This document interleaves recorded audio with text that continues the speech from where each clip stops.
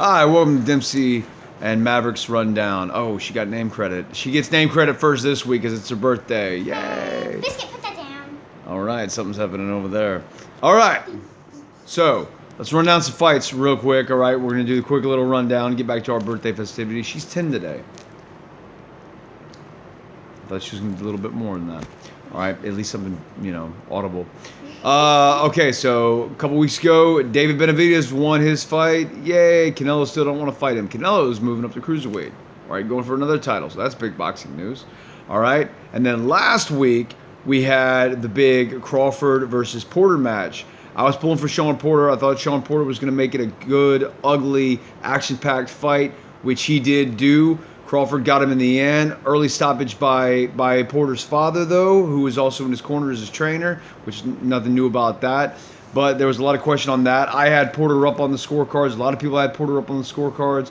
Errol Spence said he had Porter up on the scorecards. But Sean Porter goes down and then retires after his loss to Terrence Crawford. All right, so that was big news that we had to cover. Miesha Tate had her first loss in her comeback, so that's unfortunate. Hopefully Miesha Tate can bounce back from that. There's our quick little boxing rundown. And then, last night we had a big boxing night. Brandon Figueroa lost his fight against Steve Fulton. I thought it was crap. It was a great action-packed back-and-forth fight. I thought Figueroa should have got the win. Figueroa thought he should have got the win. Is there going to be a rematch? Don't know if there's going to be a rematch because everybody was saying, let's do a rematch, let's do a rematch. And then Figueroa even said, let's do a rematch, but then Figueroa said he's moving up. So I don't know what's happening right there. If he stays at the weight class, he can get a rematch with Steve Fulton. If he moves up, obviously, he can't. So we'll see what happens there. All right, and then Lopez and Cambosis, all right, don't hate me if I got the name wrong. They fought last night, the big fight on DAZN. Well, a fight I didn't see because I'm not paying for DAZN.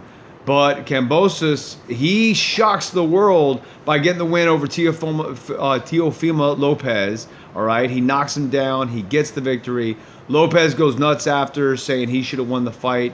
A little bit like Figueroa did, except a little more disrespectful. And Figueroa, I thought, actually had a point, whereas Lopez didn't have a point. Lopez lost that fight.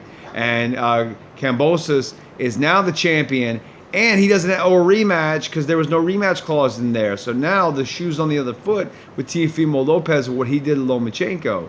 So in my opinion, if he was smart, he'd go back and give Lomachenko the rematch, and then that would prove he deserves a rematch for Cambosis. And also, it'll be a little bit of karma. Redeem yourself by giving the guy the rematch that you should have given the rematch to, and then maybe you'll get that other rematch. And I'm just saying rematch over and over now. So move on from that. My dog just licked my hand. All right, that was a clean hand too. Just got washed. All right, that's unfortunate. All right, a little bit of comedy for the podcast. All right, so what else went on? Thanksgiving. Yay, Thanksgiving. And we thought about doing like a Thanksgiving movie countdown, but really all we had is Charlie Brown's Thanksgiving and Planes, Trains, and Automobiles and Son-in-Law. All right, not in that order. I'd put Son-in-Law probably at the top. Sorry, Charlie Brown and John Candy, Steve Martin, whatever. But that's pretty much all we got there. We need to do a Halloween recap. We're not going to try to fit that in right now, but we didn't do a Halloween pre-show to tell about the movies, but we could do a little recap. We got to work on our Halloween, and that'll lead us where I think this year we did a Christmas one last year. I think this year we're going to do a Halloween and revitalize the Christmas one. All right. That's what we're working on, right? We'll see if it actually comes true because these rundowns get a little hectic sometimes. All right, so we got to go to football now. We got college and we got NFL. Big college football news yesterday. Jim Harbaugh and the Michigan Wolverines finally defeated Ohio State. I'm not going to put the in front of it. Finally defeated Ohio State, excuse me. And it was a shocker.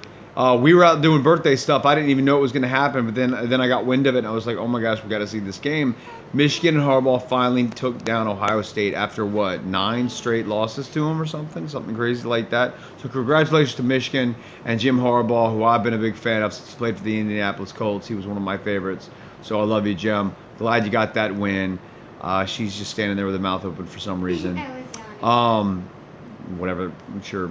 Thanks for the play-by-play on that.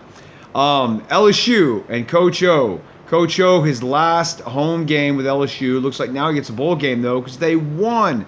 They won in a thrilling Comeback victory in the last minutes of the game. LSU wins. Go Tigers. Go Coach O. You go out on the victory. Looks like that we're going to get a bowl game now. Hopefully, fingers crossed, we're bowl eligible. Hopefully something's going to happen there. She's talking over me. Doesn't understand that maybe she could wait 2 seconds till I finish the sentence to get in there. But that's not what she does. All right? That's not what she likes to do. All right, pro football news. All right. The Bucks are down 2 games the last couple weeks. They lost to the Saints. They lost to the Eagles. Was it the Eagles? The Eagles, right? It's starting to blur together. That looks bad, man. I gotta go back and like recap some stuff and stop doing this stuff all off the cuff sometimes. Anyway, they bounced back with a big win on Monday Night Football, though, defeating the Giants. So that was good for the Bucks. The Bucks are still in it. We're gonna do an upcoming show where we're gonna rate if you still have high hopes, some hope, or no hope if your team is dead in the ground. We're gonna do that on our next episode. But the Bucks came back against the Giants, and the Bucks are down right now though against the Colts. So that's happening as we speak. So we're gonna see. Hopefully the Bucks can come back and win that.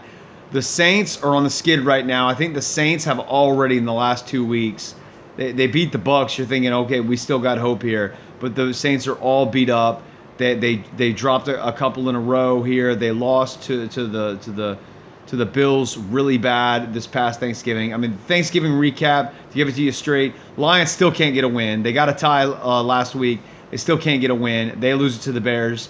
The Raiders have an epic overtime battle against the Cowboys and come out on top. And the Saints lay a friggin' egg against the Buffalo Bills, who are rebounding against a bad, beaten up, terrible Saints team that pretty much killing all Louisiana's hopes. So, all right. So today, Bengals looking good against the Steelers right now.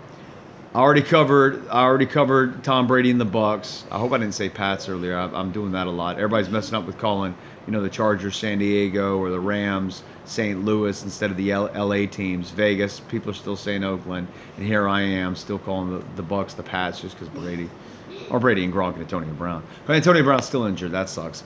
All right, so what's going to happen the rest of the day? All right, hopefully we can have a good football day and the Bucks come back with Tommy and win their game against the Colts. All right. Burrow looks like he's got his win all locked up with Pittsburgh. And then tonight we have the Cleveland Browns and Baker Mayfield taking on the Baltimore Ravens and Lamar Jackson.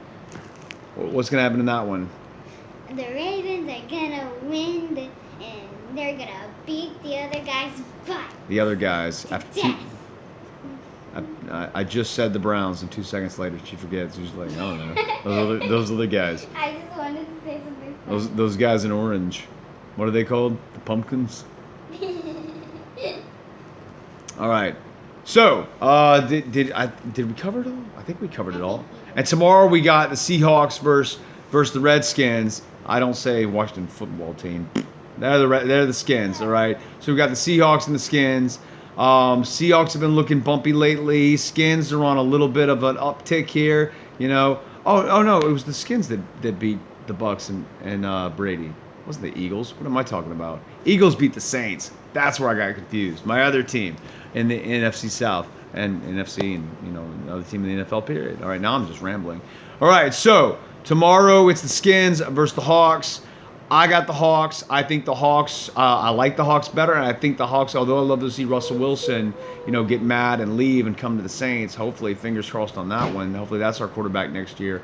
But I do think the Skins are going to go down to the Hawks tomorrow. I think the Hawks are going to beat them. I think the Hawks are prime. I think the Skins have had a little bit of an uptick, like I said, beating the Bucks. But I don't think it's going to last. You like that word? I don't think it's going to last. I think they're going down tomorrow. That's what's going to happen on Monday night. Thursday night game, I got to check and see what it is again. I forgot. All right. So that's the end of the rundown. Tune in next time for whatever I said was coming. Peace.